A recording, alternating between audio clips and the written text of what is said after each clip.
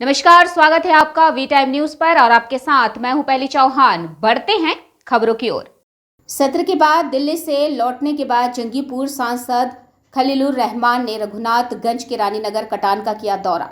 इस अवसर पर रघुनाथगंज प्रथम ब्लॉक के बीडीओ और सिंचाई विभाग के अधिकारी भी उपस्थित थे। भागीरथी नदी के तट पर भूस्खलन के कारण संचार संपर्क टूट गया है। उन्होंने आदेश दिया कि सड़क को यथाशीघ्र चलने योग्य बनाया जाए। এই মুহূর্তে আমাদের যে পার্লামেন্ট সেই পার্লামেন্টে অধিবেশন চলছে আর কি। আমি পার্লামেন্টে থেকেই আমি খবরটা পেলাম যে আমাদের রঘুনাথগঞ্জ 1 ব্লকের রানীনগর অঞ্চলে রাস্তাটা ভেঙেছে আর কি।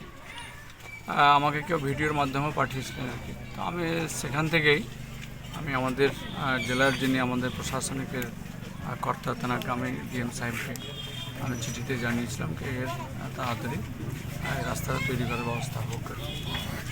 আজকে আপনারা দেখতে পাচ্ছেন যে আমি আজ সকালে দিল্লি থেকে ফিরেছি এবং আমি বিডিও সাহেবের সঙ্গে কথা বলেছি। বিডিও সাহেব উপস্থিত আছেন এবং ওনার সংশ্লিষ্ট স্টাফের সঙ্গে রয়েছেন আর কি। আমাদের জেলা পরিষদের সদস্য এখানকার প্রধানও আছেন, এছাড়াও আরও এখানকার আমাদের পার্টির কর্মকর্তারা রয়েছেন আর কি।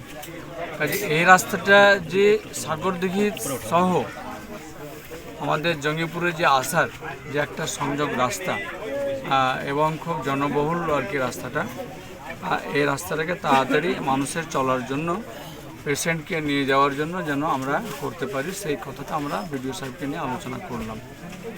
কিছু টেকনিক্যাল বিষয় রয়েছে আর কি, সেগুলোকে আমরা আজকের মধ্যে আশা করছি কথা বলে আমরা এটাকে কমপ্লিট করব।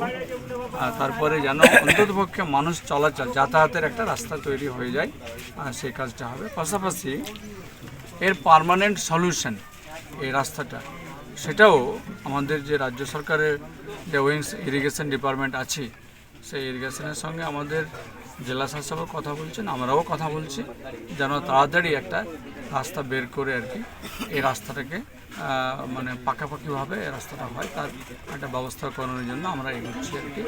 সেই সঙ্গে বিডিও সাহেবও নিজের উদ্যোগে তিনিও প্রচেষ্টা করছেন যে এই রাস্তাটা পার্মানেন্টলি একটা সলিউশন হোক।